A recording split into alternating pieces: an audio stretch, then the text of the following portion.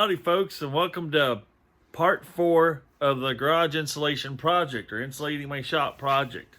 I've got a little ways to go yet. As I left off from my last video, I still got the upper part of the garage here above the garage door, and I've got this half of the west wall.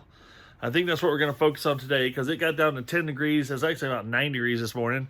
It's like 19 degrees, I believe, right now. And the garage is holding back over here, and the front half of the garage is holding about 55 degrees without too much trouble and effort. But I want to show you the difference on what I got, why I got to finish this up, because it is having a huge impact on what it's taking to heat this place right now, obviously. Now I've got my little atomic clock here, and as you can see, my indoor temperature back here sitting on top of my toolbox is 55.3. Up by the entry door, where there's no insulation around that area, is a whole 5 degrees difference at the same height in the building. Actually, that part of the building is about 2 foot taller than the back part of the building, but as you can see, there's definitely a difference in temperature. So that's why I gotta get that insulated up there, because quite frankly, it should be 55 up there as well, but I'm losing a lot of heat very fast up there as every hour goes by. So my big focus is gonna be to get this wall over here done, because right up here, there's daylight coming in up here, but that's because that's where the tin corner comes around, and that's what I'm actually using. It's going to be pseudo venting along that edge, because the way I put the foam board up and then put the insulation up, it's going to let behind the insulation breathe so that condensation doesn't gather and create mold. I think it's going to work pretty well. So, but here's what I'm going to be working on next. So let's see how far we can get up this wall in the next couple of hours.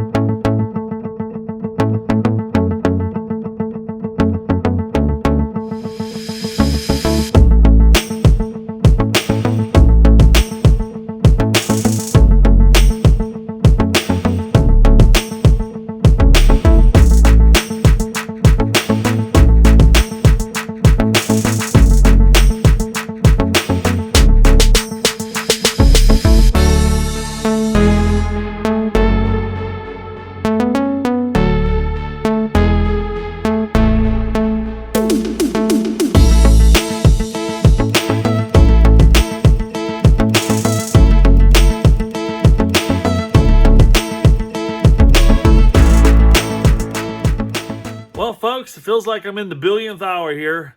This project's going on and on. It's really not taking that long. I believe I'm less than 50 hours in right now.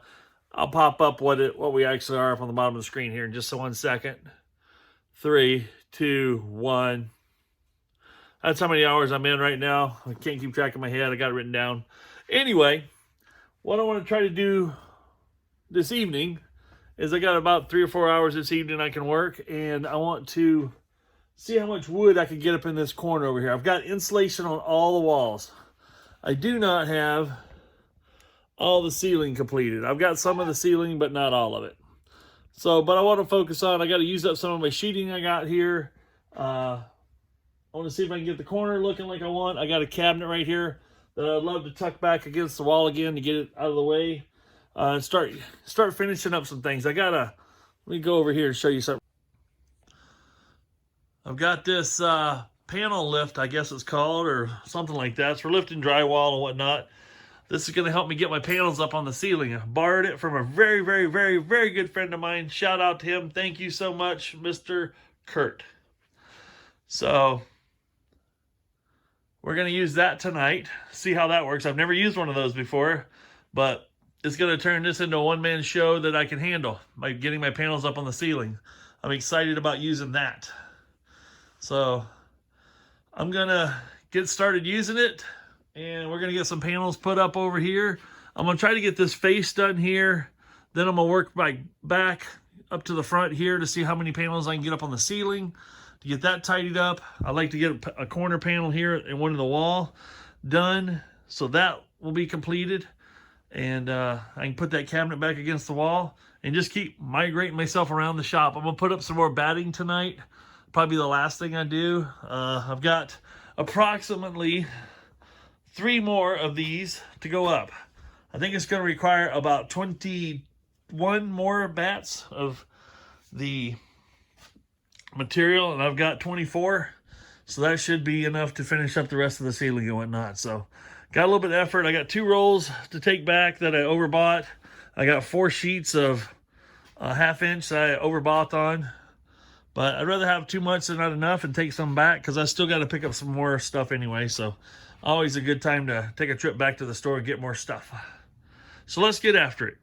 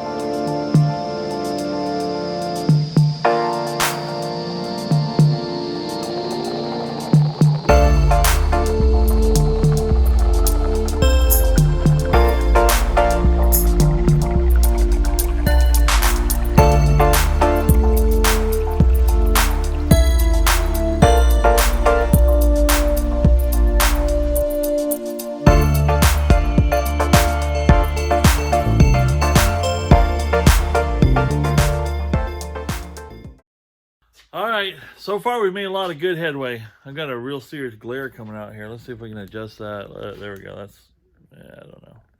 Anyway, we've got a lot of good things going on. We've made a lot of headway. I figured out how to work around my car. I'm going to show you that. I'm going to show you how I worked above my car and was able to get the panel, starting to get the panels up there. It took me a little bit of thinking, but I wanted to make sure I came up with something that wasn't going to damage my car, obviously. Let's just back it up here and see if I can show you some of it. So I had an old Coleman air mattress. So I put the air mattress on here. I've got a piece of 3/4 inch plywood right there on top. And we were able to, so I didn't ever inflate the air mattress crazy full, but it's enough to let it sag a little bit and be supportive. But what it does, and I put the plywood on top, it distributes the weight that I'd put on the one location over the plywood, which is also over the air mattress, which is nice and soft and cushy. Then I use this other bat of insulation here I've got to kind of bridge the gap so I can work right above the trunk area. But as you can see, I was able to get my insulation done above the vehicle, which has been a nemesis. As you can see over here, I haven't done it above the hood section yet, but I think I could use the same technique to get that wrapped up, because right now I've had all the walls are insulated and it's been better. It's cost less to heat as a result, because it's not the heater's not cycling as often, but I'm still losing a lot of heat through the ceiling as a result of it not being, OSB only has an R factor of about 0.5, which isn't much. And right above that is 10. So my 10 roof, or metal roof. So now I'm going to have insulation over the whole roof. I'll be able to start documenting my cycle times on and off. I've started tracking some of that as it was before I got the most of the insulation up on the ceiling, and I can see how that's going to be reduced. Not a good day to test it today. Today's high is supposed to be 51. It's currently 51 in the shop, so it's going to be about dead even. Actually, I noticed it when it's 51 outside and 51 inside. This will still cycle because it's actually trying to hold that temperature at 51. So to speak, and this insulation is not letting the heat from the outside get into the building, which is good. It's going to be great for the summertime.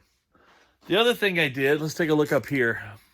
I needed to have this panel lifter. I don't know what your official name for it is, but I need to extend it. So I had some 2x4 by 10 foot longs that I bought, and I clamped them on to this end of it, raised it up, and over here, let's see if I can point it out. Over here, I put a piece of 1x across it.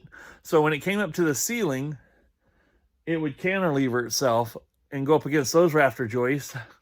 And over here, in this area right here, I put and if you watch my other videos, I've got 3 wood screws stuck right in here. Let's see, right there, there, and there. I know you can't see them, but I took some long 3 or 3.5 inch wood screws, screwed in there about 3/4 of an inch away from the ceiling, so I could slide this piece of OSB in there, supports that. Lifted the other end up with this apparatus, and then I cantilevered it so I could put pressure up against it. And as you can see, it's up pretty snug to the ceiling right now. Now all I got to do is make my fine adjustments to get it lined up where I want against the other panel, put some screws in, work my way over this way, and then it gets exciting because I can now work from where it's not the car, where the car is not located, which is going to be perfect. And then, as you can see here, I've got can you see it here? Yeah, right there. I got, it's hard to point. Right there, I've got a piece of wire hanging down. That's going to run all my lighting for this half of the shop. So I'm excited about that because I've been working in not so bright light over in this half since I've taken all the fluorescent lights down. So far, I currently only have 5 LED lights lighting up this half of the shop, which actually gives off quite a bit of light at night. But it's going to be nice because I'll be able to put the other 4 on that side of the shop. I'm going to put the 9 over here, get those all wired in today is my goal. As soon as I get the OSB up far enough to start wiring, I'm going to start wiring this half. And then, because this is kind of it's kind of nice to go back and forth between putting up some insulation, putting up some wood, doing some wiring, changes it up so you're not doing the same thing all the time. But I'm excited. I think today, we're getting a decent enough start early enough in the day today that I believe that I can get the ceiling wrapped up with all the OSB up and get all the wiring for the lighting all hooked up, all the conduit and everything hooked up, and then I can start going back to the walls over here, because as you see, I don't have all my walls done with OSB yet. But once the ceiling's done, the lights are up, everything's insulated, everything's secure, and I can go back to working on the walls piece by piece. So I don't have quite enough sheeting left. I think I bought 15 a couple days ago. I bought 15 sheets, and they're out there in the trailer. I've been bringing them in one by one as I'm using them. I think I've only put up 1, 2, 3 is up here. So I've got 12 sheets left. That's enough to get the rest of the ceiling done and maybe a couple of pieces on the wall, because I think I needed 22 total to finish out the project. So let's get after it. That's a little explanation about how I got some stuff, some little bit of workarounds on the car. Because the car, you guys are probably thinking, why don't you just finish the car and get it out of your way? Well, there's a lot of work I got to do on the car yet, and it's way too cold to try to sit there and work through that misery while it's too cold. I like it for it to be a little bit warmer, like it is right now. About 51 degrees in here is perfect working conditions for me. Most other people would like it warmer, but once I get to moving around and doing stuff, 51 is plenty warm. I even have to take my hat off because it gets a little hot. But I'm excited. We're on the home stretch here. I think we're at about 50. Oh, we're probably 55 hours in right now on this project, which isn't crazy bad. I had my son helping me on one weekend. That helped reduce the amount of hours it would have taken me to do it by myself. Plus, it's nice to have 4 hands instead of 2 hands when it comes to handling some of this stuff. But we're getting there, piece by piece. So let's go back into fast mode here, or time-lapse mode, and you can watch me finish the rest of this and watch this thing unfold before your eyes. All right, thank you. Let's get going.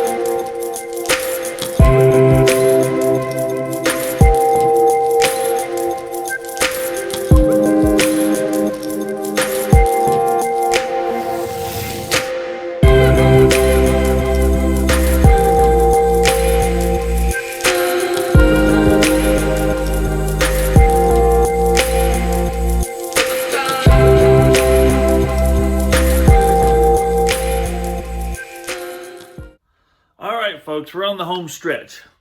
I'm going to finish up the wiring this morning, get all the sockets put in place. I got to go out and buy some more bulbs yet, but as you can see, it's actually not too bad out here for light. I only have 7 out of the 19 bulbs I'm going to have out here, and these 2 over here are only 100 watters that I had laying around. The rest of them I got out here are 200 watt equivalent LEDs. So you guys probably ask, why are you putting this old porcelain and conduit socket in? I like the look. I really do. I like the look of it. It's kind of a throwback look a little bit, but with the LED touch for more efficiency. So the goal today is to get the rest of the lights wired up here. So I'm ready to screw in some more bulbs. I've got over here, let's see here. Yeah, right there. Can you see it there? I got one more piece of board to put up here. And over here, there's 2 more to go to the front of the building. And I'll have this ceiling done. That will probably conclude part 3 of this video, because then I'll have the ceiling and lighting completed. Then what I'll have left to do is finish off this wall and finish off this wall. And all the walls will be done. And then we'll have to figure out, once part 4 is probably going to have the rest of the walls, and what I'm going to do for trim work and final sealing of around these edges. Because I think I want to caulk around these. Let's see if I can see it, get it in here. Up here in these upper corners here, I actually want to put a caulk bead. I can't figure out which way to move my finger here. Like, there we go. On here, I want to put a caulk bead up there to seal it off before I put my trim up. That will make that upper edge completely airtight, so when the heat's rising and going up against the ceiling and going out, it can't escape through these edges. It'll be trapped. And just a little extra something. It doesn't cost much to do it. And then I'll put like a 1x2 or 1x3 trim board around the entire perimeter of the building. I'm going to use the same kind of trim. I'll put that around the windows just to give it a little more of a decorative look, I guess you might say, a little more finished look. Not that I'm looking for something that's pretty. Just wanted to be functional and look a little better, look a little more finished than just a rough opening like I've got right now. So let's get this lighting done. Let's get this the ceiling finished up, and then I might go out and buy some more OSB today. I got 2 days here off, and I may be able to finish up my walls and actually wrap up this project, and then I'll get after the red beast here and get the video finished up for it on what I'm doing to the transmission, and then get it out of here. And then I'll pull a boat into this shop and start tinkering in the boat in warm weather in the middle of the winter. Today's going to be kind of weird. This is December, and it's supposed to be 51 degrees today here in Iowa. It's very surprising. It's currently 35 degrees outside, but next 2 days it's supposed to be crazy warm, well above normal temperatures. So anyway, take advantage of the weather and let's get after it, because eventually it's going to get cold. It always does. January and February are going to be cold. So let's finish this project up so we can get on to funner things and inside a warm atmosphere. Boom.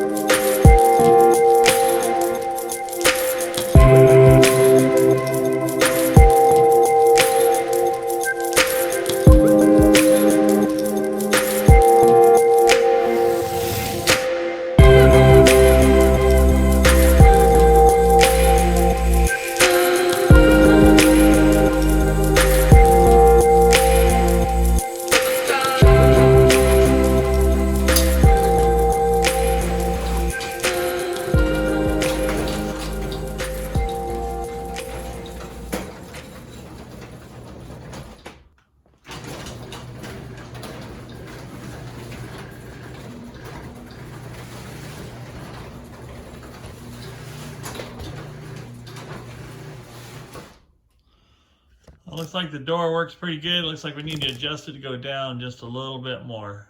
So we'll work on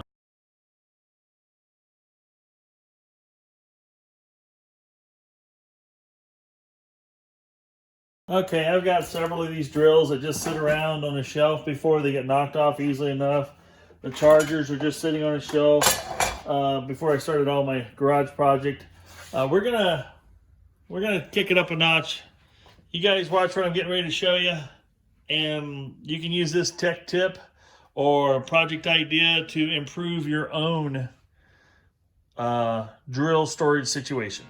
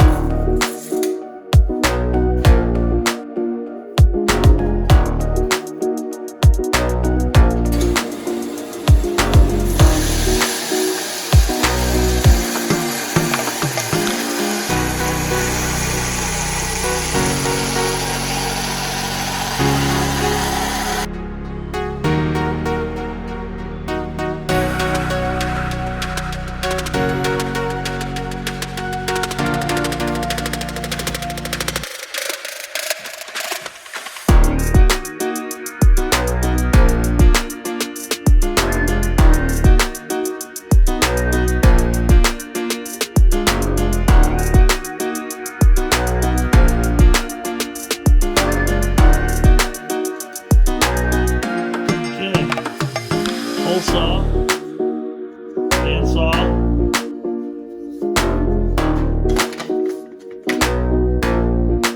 get the idea?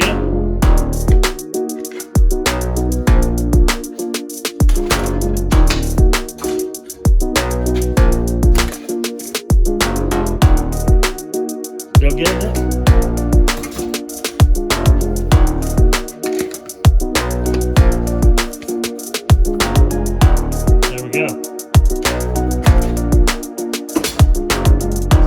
More times.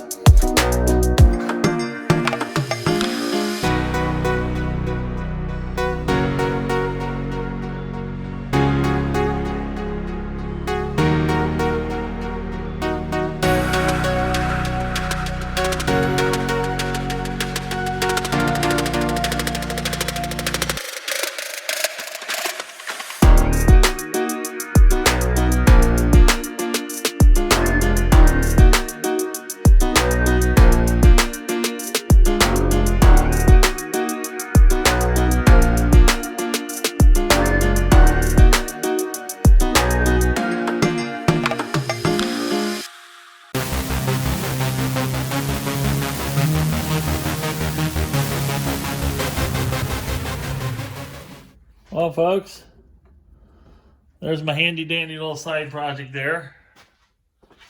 Holds all my drills.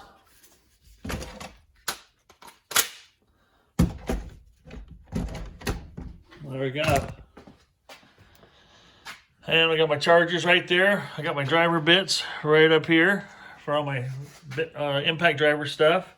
So, and we may do a little something on top here to add to it. Maybe I get another charger. I can place another charger that's more portable up on top. But anyway, that way it's nicely stores all my drills. Here's what I can do. Because this bad boy never has a home. Does that sound like? Boom. That's in the way of everything though. Maybe I go this way with it. There.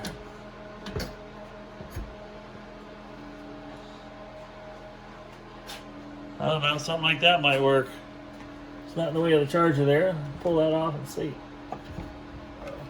Let go of my battery.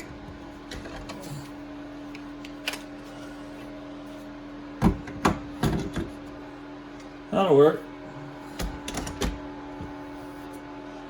least it's all in one spot now. Alright. Well, let's just go with that for now. Really need to find a home for the old radio. DeWalt, the worst radio builders in the world. Best battery charge tools in the world. Oh well, can't win them all. Alright, that's my little side project. Let's get back to finishing up the ceiling in my shop.